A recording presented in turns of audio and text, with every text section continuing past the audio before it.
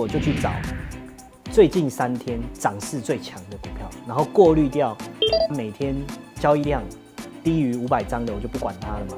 交易10块以下的就删掉了嘛。不管什么理由，反正就删掉了。急跌反弹的就不要了嘛。所以就是看看它是不是刚好整理过一段时间，3个月啦、半年，然后最近3天才开始上涨。在股票挑选的过程中，我就研究出一套概念叫 reach 嘛。这个 R 是指右边啊。我的第一个念头就是我买要买在右边，卖也要卖在右边。我们都买在最低点的左边。我就发现说，我买进以后到最低点的这个路径有多远，我并不知道。我以为这是最低点。可是其实不是，结果它破底的时候，我紧张了，我开始去质疑我所收集来的资料。那如果我等它最低点确认以后，我再来买呢？这个念头一转变以后，我发现说这样做股票轻松了。为什么？因为就不用解决心理素质的问题了。再来就 I 就是我们讲反转 inverse， 就是我会有几个要求点，包括就是说它只要回档的时候，它的低点都不会破前低，而且逢回就有买盘。逢回就有买盘，叫转折 K， 就下影线特别长的 K 线，或是一黑接一红的 K 线，这种叫转折 K。那这种现象频繁出现的时候，就表示逢回都有人在买，很好的讯号。Close 就它会一直过高，它可以一直过高。那这个只要它过高就带量，那就符合我们继续持有或加码。H 其实就是涨到高点以后，它开始无法过高了。那应该说更简单讲啦，就是这个 High 就是开始高不过高了，出场的讯号了。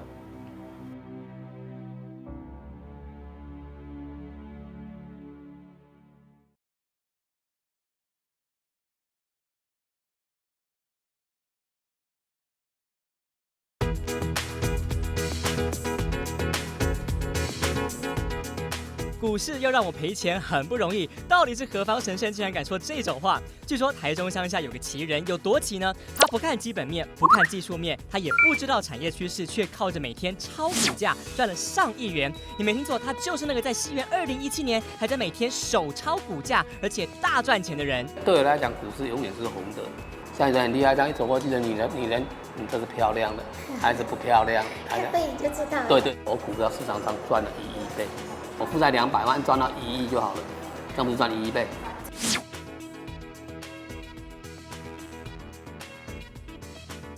这个天天戴红帽、穿红衣的阿伯，虽然只操作强势股，但股票的买进和卖出，他可是一点都不马虎。股现在有第一个涨停板，破新高，涨不停，除权除息，破新低。观察破新低的股票，破新低的还跌到某个地方，它会强力反弹上来。它涨上来的话，手上股票卖掉一半，就是买的，比如我买10张，我就把它卖掉5张，这样我的获利本来赚5块，就变成赚10块，可以有10块的下跌空间，不会赔到本钱。部位控管一定要很小心。那时候我股票喜欢压单只，压单一只，后来才发现压单只的风险太大。比如我现在买10档股票，这10档都是强势股，你买10档跟买1档不是一样？比如说这10档都涨停板，你就算按另外你买这1档也是涨停板，这不是一样吗？获利有100%嘛。但万年倒霉买那1档它跌了，你全部压，它倒霉倒霉。别人买股票大多是为了赚更多钱，但苏松平买股票竟然是为了还债，而这一还还让他还出了上亿身价。我本来是做木材，后来木材就失败了，我爸负债更多，我要还那些钱，我怎么办呢？我什么也不知道，我就讲了，我就要去买股票看看。那股票怎么一买下去，天天多多少少都会赚到钱呢？你说你要站到最后一刻。对，我永远不会退休啊。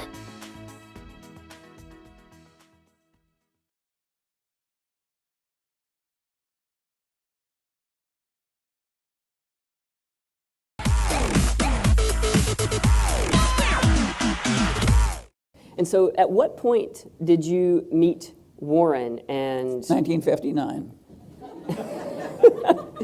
and so where did Berkshire Hathaway come from in terms of this partnership that you all have now had for decades? Well, Warren had been taught by Ben Graham to buy things for less than they were worth, no matter how lousy the business was. And you can't imagine a more lousy business than New England textile mills, because textile is a congealed electricity. And the electricity rates in New England were about 60% higher than TVA rates. So it was absolute, inevitable, certain liquidation. Now, Warren should have known better than to buy into a totally doomed enterprise, but it was so damn cheap, he could buy it at a big discount from liquidating value. So he bought a big chunk and finally ended up in control of the business. But the business was going to die. So the only way to go forward from there was to wring enough money out of this declining textile business to have more money than he'd paid to get in and use it to buy something else. Well, that's a very indirect way to proceed, and I would not recommend it to any of you. Just because we did some dumb thing that worked, you don't have to repeat our path. And of course, we eventually learned not to buy these cigar butts when they were cheap and do these painful liquidations, and instead buy better businesses. That's the main secret of Berkshire. The reason that Berkshire has been successful as a big conglomerate, more successful than any other big conglomerate, so far as I know, any other big conglomerate in the world. The reason it's been successful is we try and buy things that aren't going to require much managerial talent at headquarters. Everybody else thinks they've got a lot of managerial talent at headquarters, and that's a lot of hubris. If the business is lousy enough, and it gets a wonderful manager, and the business has a lousy reputation, and the manager has a good reputation, it's the reputation of the business that's going to remain intact. You can't fix these really lousy businesses. You can wring the money out, whatever comes in liquidation, and do something else with it. But most lousy businesses can't be fixed. But at the time, Warren that's what he was doing. And so how did you convince him? I helped him. He bought a windmill company in a little town in Nebraska. And Warren didn't know anything about running a windmill company. He bought it because it was cheap. And he said, what do you do? Why can't you fix my windmill company? Who can you get to help me? I said, I've got just the man for you. And so one of my old colleagues from a transformer business who was an accountant, I said, he will fix your windmill company. And Warren was desperate. He just hired him on the spot. And Harry walked in the first day in this little town, this big collection of windmills and so forth. And a whistle blew, and the whole plant stopped for 15 minutes.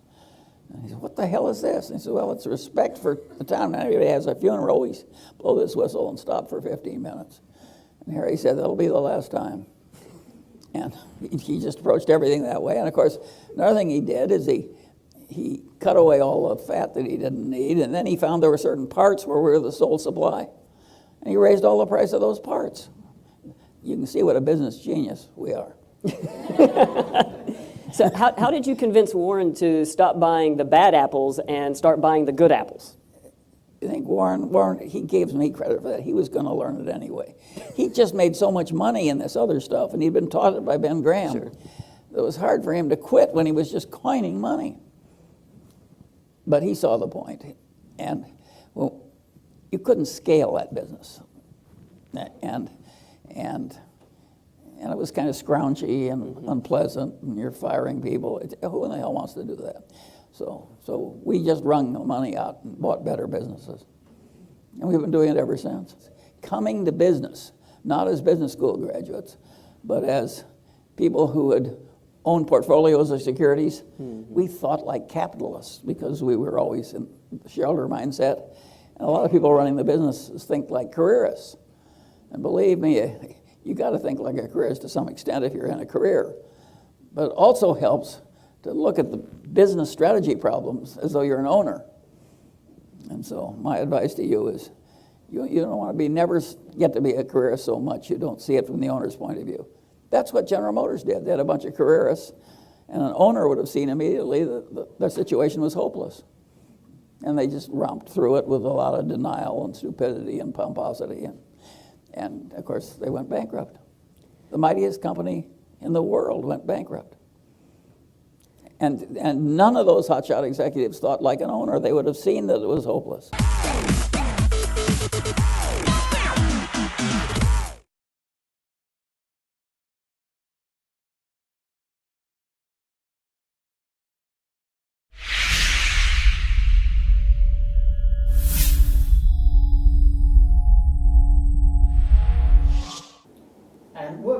about value investing versus momentum investing then?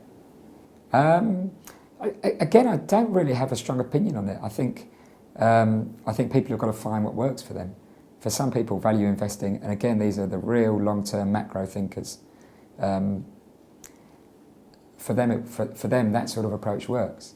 So I'd say, how you've learnt your trading, who your mentors were, the books that have influenced you, the styles that have influenced you, how your personality is.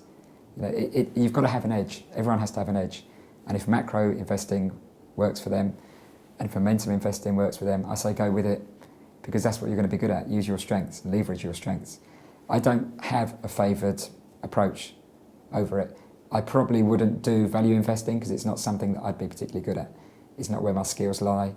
It's not where my knowledge base lies. I'd be much more to be a momentum investor. Do you think either of those, either momentum or trend, beat value investing?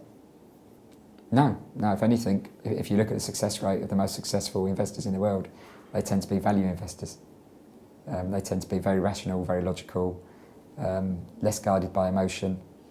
I personally couldn't do that. But these guys are able to buy when everyone else is running for the hills and selling when everyone else is looking to get in on the trade. So obviously Warren Buffett's the greatest example of that. But again, it wouldn't work for me, that approach. How much is enough for you? When in a winning position, how long you go before taking profits, and what are the main signals for your exit?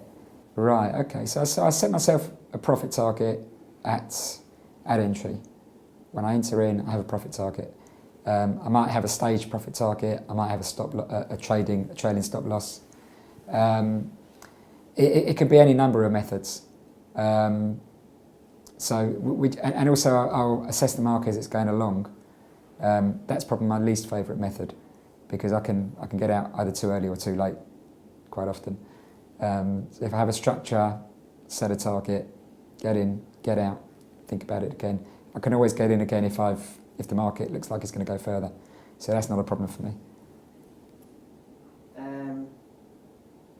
In fact, that last point is a point that a lot of people forget. And again, it's now sort of working with lots of people as a coach, a lot of people almost seem to forget that you can get back in the market, even at a worse level, after you've got out. If you really do feel there's going to be a much bigger move, if something's changed. And that's something which I learned to do in my later years. And it's almost, in the earlier years, it was almost I couldn't do that because it was sort of an admission of being wrong. And I would say, again, something I meet with the more humble and traders that have a lot of humility, they're able to get back in quite easily. But for a lot of people, once they've got out of the market, they think, I can't go back in because I've given away profit. But actually, if the market's going higher, buy it again. Good point.